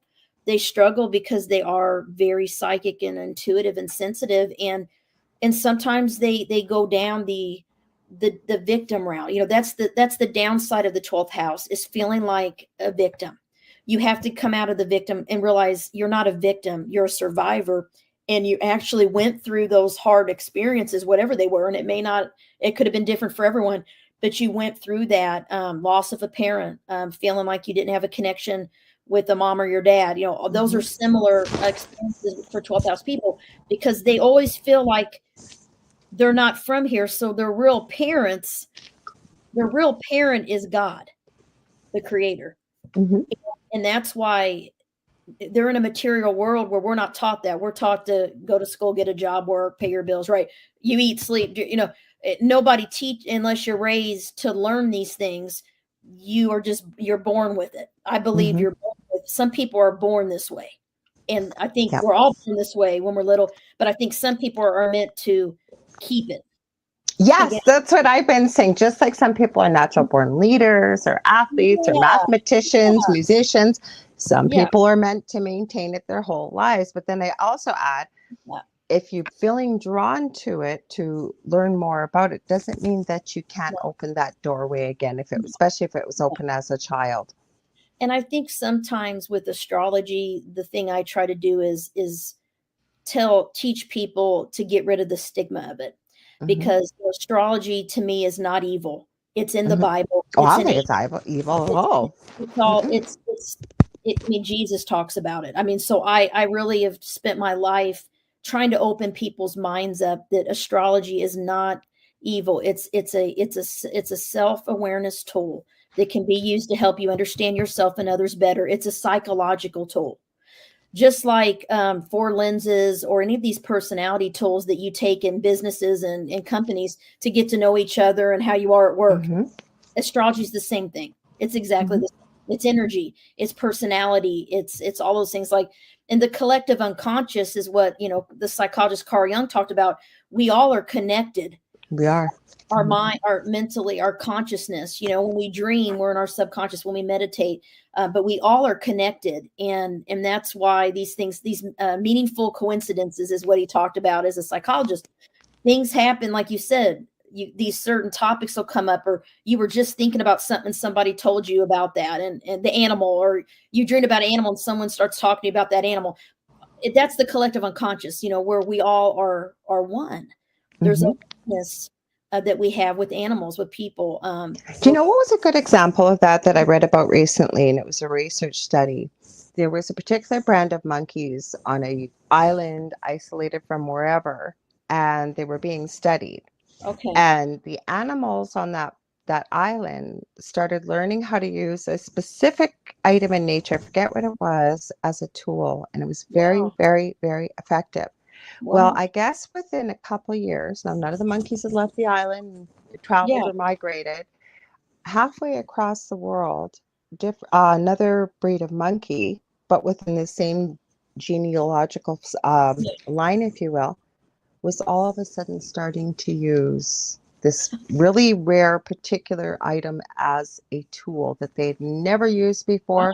Nobody taught them this. It was like they were able to assure, I don't know, maybe if these particular monkeys, because it was a while ago when I read this, they might have been in a facility even, but there was a way to ascertain that nobody had shown them this.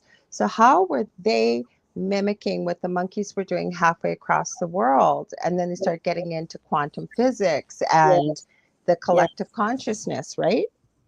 That's the only thing it could be. There's no other way to explain it. Like that they were doing, and they were using it exactly the same way it was. I forget, I'll have to look up the article, but it was a very rare item that the ape family had never been known to use as a tool, and they were doing it. It's really interesting. I do believe in energy, definitely. Everything's energy, and that's, you know, the full moon, you know, the moon, for instance, affects our emotional future. So the moon in our chart, our moon sign is how we are emotionally. Our sun sign is our main identity and personality. So the moon, when it's full, you know, it affects the whole world. It affects us because our body is made mostly of water. So it affects the tides of the ocean. The full moon, most people, they get a little bit more irritable. They feel more emotional. They have trouble sleeping. There's more accidents. There's more people at the police station. And when I worked with runaway teens, I remember whenever I would joke, they joke, Carmen, is it a full moon? Because we were always so busy during the full moon weekend, because more teenagers would run away to the police station, and then we would go and get them. And I'm always like, yes, because it affects us. it's all connected. And the moon is one thing to really that you can see practically. We never had to, because I work nights all the time. I'd work days Yeah. or night shift, and if it was 12 Yeah. hours, we'd always know when it was full moon. And usually about 3 days before and about 3 to 4 days Yeah, after, definitely. always. And somebody would say it's got to be a full moon, and then somebody had seen the Weather Channel or something. Oh yeah, Yeah, it's a the full moon, medical because people you know. know, you Yeah, know. the medical people know, and the police officers and sheriffs and cops, they'll tell you. Or They you get in your line of work, if we're working with people and we're working with people that need help, yeah, people are going to need more help in that time period, yeah, basically. yeah. Mm-hmm. Because if people normally in their life are repressing emotions, and Mm-hmm. they're not feeling, they're not letting themselves feel things. The full moon brings things up to Mm-hmm. consciousness, and it bubbles up, and and especially if they've been avoiding feeling, Mm-hmm. it's okay to feel. I just kind of did a video on this the other day that it's okay. You don't always have to be strong and be Mm-hmm. and have it all and be tough and hide. It's okay to be vulnerable. And you know what? It's okay to cry Mm-hmm. because that's healing. It's not okay not to feel. That's not Mm-hmm. healthy. We need to allow ourselves to feel. So during a full moon, I may be watching a movie or listen to a song in the car and I may start crying. I just let it roll, Mm-hmm. like let the tears come. I'm not good with that. I'm getting better, but I'm not good with that. And I should be, because I say the same thing to people that I work with. Yeah. I think it came with being, we absorb so much. And it's not that I'm pointing the finger of blame, but we absorb so much as children from the minute even before we're I know. born Yeah. until about 7 years of age, right? Our brains are like sponges. So we just Yes. absorb so much stuff that I think that Yeah. sort of remains below the surface. Yeah. And you don't understand why, maybe. Like, it's not easy to cry. Yeah. Well, you get, I kind of know for myself, and a lot of 12th house people and 8th house people and Got people. told you're too sensitive, because that's what I got told my Yeah, whole we life. were told Mm-hmm. we're too sensitive. So what we do is we develop a shell. We Mm-hmm. try to protect ourselves and Yep. be strong. And we've learned that people could hurt us, and so Mm-hmm. we anticipate what people are going to do. So we become private and secretive, and we hide, and we seem to put on a smile on our face, but Yep. we don't always show people. And I know it took me years to develop. I didn't like it at first when I realized that I felt different. Like I felt like I had a thicker skin, and I thought like, oh, I don't cry as easily. I'm not as sensitive as I used to be. Um, Mm-hmm. Part of that I believe is our chart. Part of Mm-hmm. that is our North Node, and I'm meant to learn to be a Scorpio. That's my North Node. And Okay, so what is a North Node, though? Can you tell us quickly what yeah, that is? Or so in your I'm chart, loving this so much. I'm so excited that I yes, had you, and I can't wait to have you back on again. We yes, talk thank about you. symbology and all kinds of stuff. Throw it in there. Yes. Yeah, definitely. Well, in the chart, the North Node and South Node, it looks like little horseshoes or little That's what you headphones. said, headphones, right? And then Yeah, the other one looks like horseshoes. Is it yeah, upside down? Okay. yeah, like an upside down with the South Node is your soul, is your past lives. It's what you've already mastered. Ooh, And so okay. astrologers will look and see, okay, what sign is it in? What house is it in? And we can analyze that. When you look at the North Node, that's your soul mission this lifetime. So we're all living in our South Node. That's what our soul has mastered. So I've mastered Taurus traits. I don't like change. I like comfort. I like stability. I love to eat. I love food. I love, all art and being cozy and all that. And Mm-hmm. my dog. So this life, Yes, dogs. I've had to experience loss and Mm-hmm. in death of loved ones and people close to me, and also working in as a social worker, hearing people's stories of their problems, and all of that is very Scorpio. So as I've gotten older, and my 12th house and everything, I started feeling the pull towards my North Node in Scorpio, and it was painful because your North Node you don't like. You're not going to feel comfortable. Mm-mm. Ooh, I don't like this because it's new and it's unknown. But you're meant to master your North Node, and we have our whole life to do it. By the time I do charts for people that are 62, they're in their node. So you get Okay. there naturally. The universe leads you through your life experiences to your North Node, or you can try to you can go kicking and screaming, so to speak, where you get kind of knocked down and you got to get back up to get where you need, or you can learn what your North Node is at a young age, and you can try to master being a Scorpio. And I remember I had something really bad. There was, just a lot of things happened, and I was really just hurt, and I needed to heal some stuff, right? About people. Usually people are our greatest lesson, right? Mm-hmm. So I was running. I remember I had my headphones on. I was running, and I was listening to this, and I'm like, why is this happening to me, right? You start thinking these things. And I just heard this in my head. It's like, how else will I make you a Scorpio? Yeah. And I started laughing and crying, the tears are going down my face. And I just laughed so hard. I'm like, yeah. I'm like, dang it, you're right. How else will I ever be a Scorpio if I don't have someone hurt me? If I don't have someone betray me? Well, that's just right. Stella and I said this on a show. How can you know truth if you haven't been lied to? How can you know hurt without pain? How can you know heat, being burnt, if you've not been cold? Like, you have to know, right? Yes. And, I realized those experiences that I had now, I wouldn't change them for anything, because they've made me who I am today.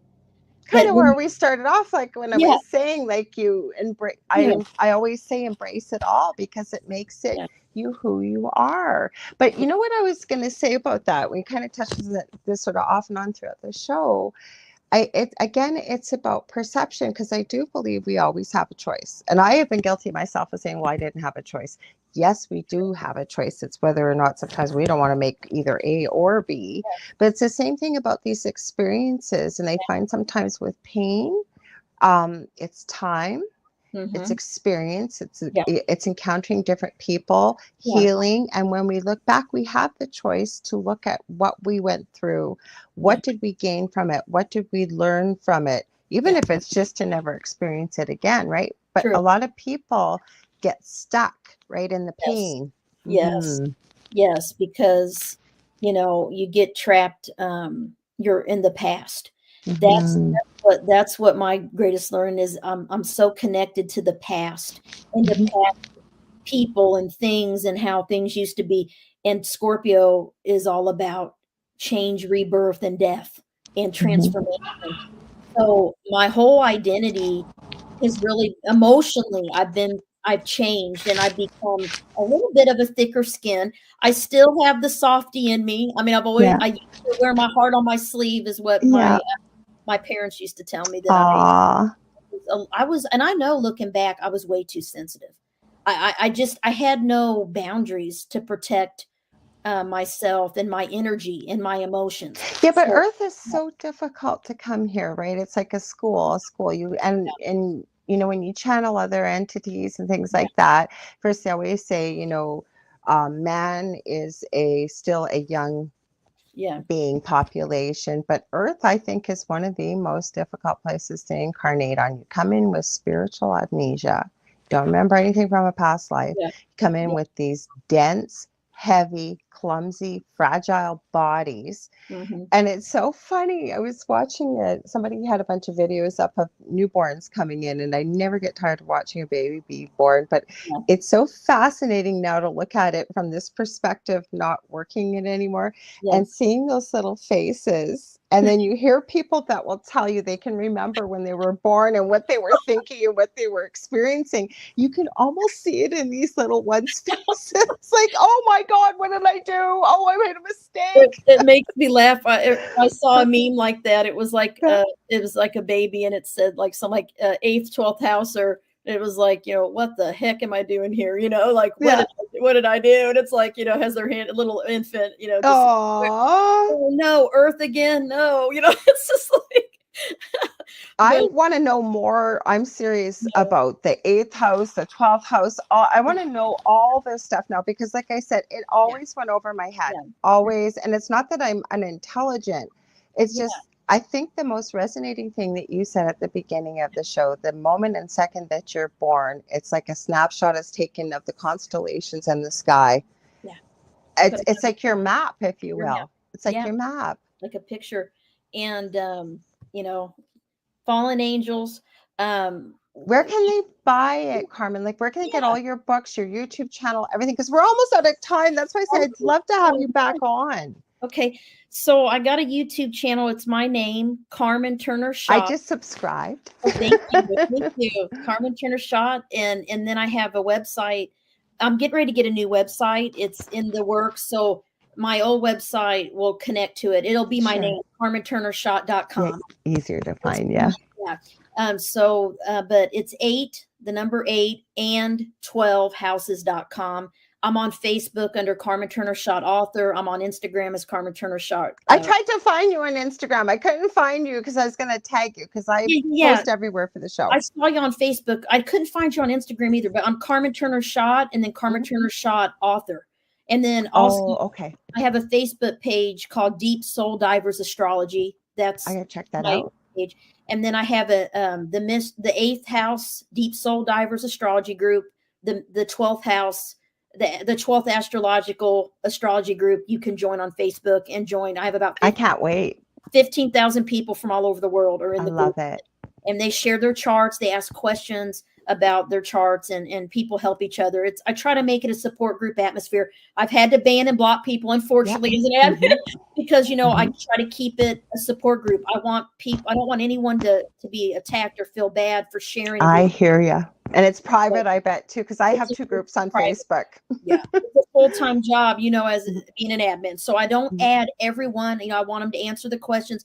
I kind of screen. So I got about 300 pending things that some people I don't add if they don't answer the questions or they look like it's a fake profile. I don't either. Yep. And then they might write me and say, "Hey, I've been trying to join your group." Well, then I'll add you because I'll know you're legit. But you can find me. I'm on Twitter, which is new for me, under Astro Awareness and Soul Divers Astrology. I'm on Twitter, so I'm getting out there. But Facebook's the best way to get me. I'm probably use Facebook more than anything. So where do they buy your books? Where can they buy them? All my books are on Amazon. They're on Barnes and Noble Books, but Amazon's the way to go. And it's The Mysteries of the 12th Astrological House, Fallen Angels is my newest book. And I also have another new book out called Sun Signs, Houses, and Healing. I saw that. Build resilience, and transform your life through astrology. That is a beginner's book for anyone that doesn't know astrology. So if you're like wanting to learn the basics, I am. Recommend get that. And it'll go, my whole intro is about all of this, the symbols, how you put a chart together, what it all means. And then you can look up each sun sign chapter, read about yourself, read about your friends and family. And it's just a beginner's guide. And then next year, I have 2 more books coming out. One about the moon through the house, the moon signs, and then Phoenixes and Angels, mastering the 8th and 12th houses. It's my one coming out soon. I'm excited about it. You and I are going to become friends, I can tell, because you got all these books we got to talk about for sure. Yeah. I want to thank you so much for being here. I really enjoyed this talk with you. I can't wait to have you back on again. Thank you. Guys, go out, join your groups, go get her books, because I don't know about anybody listening here, but this is the most explainable I have ever understood astrology. And like I said, I'm not unintelligent. It just people get so used to it and they start throwing all the terminology and just it's like I don't want to lose people. I want people to be drawn to it and to know that you can learn it. Go to astro.com, find out your time of birth, place, year, date. You can do a free chart. You can see, you'll have a wheel and you'll see the 12 houses like I talked about. You'll see the symbols. You can Google, you can get any basic astrology site will tell you what everything means. You can order your own reports. And any astrologer can help you as well. I'm not doing. I'm running out of battery, so I had to plug in quickly, but I can't hear, so you're going to be looking up my nose almost. I have no idea why with the newer iPhone, but it does not work well with StreamYard. So I hope you can hear me. Yeah, I can hear you. But you can just barely hear you, but we're almost out of time. Everybody, I want to thank again Carmen. I can't wait to have her back. Also, I will be back next Monday, same time, same space. Be sure to get the book. I have 2 groups on Facebook, Paranormal University for all things paranormal, and the Angel Rocker Tribe for all the things we're talking about, and many more esoteric spirituality, how to access your gift type things. If you want to get a hold of me to book a reading, mentoring, you got questions, so shows, suggestion, healing work, anything like that, you can get a hold of me on facebook.com/the Angel Rock, and I will be back next Monday. I promised you guys, unless something changes, we have an open show, no guests. So you guys wanted to talk more. I think somebody brought up giants at the end of the last one a few weeks ago. So I told you Labor Day here in North America. So looks like we're going to have a Q&A. So if you've got experiences or you want to talk about something, please feel free to get a hold of me and let me know. So I want to thank you all again. And Carmen, you're amazing. Thank you for being here. Look forward to having you again. Good morning, good afternoon, or good evening, wherever you may be. Don't forget to check out our archives anywhere where podcasts and talk radio are carried. Talk to you later. See you next Monday. Much love and light.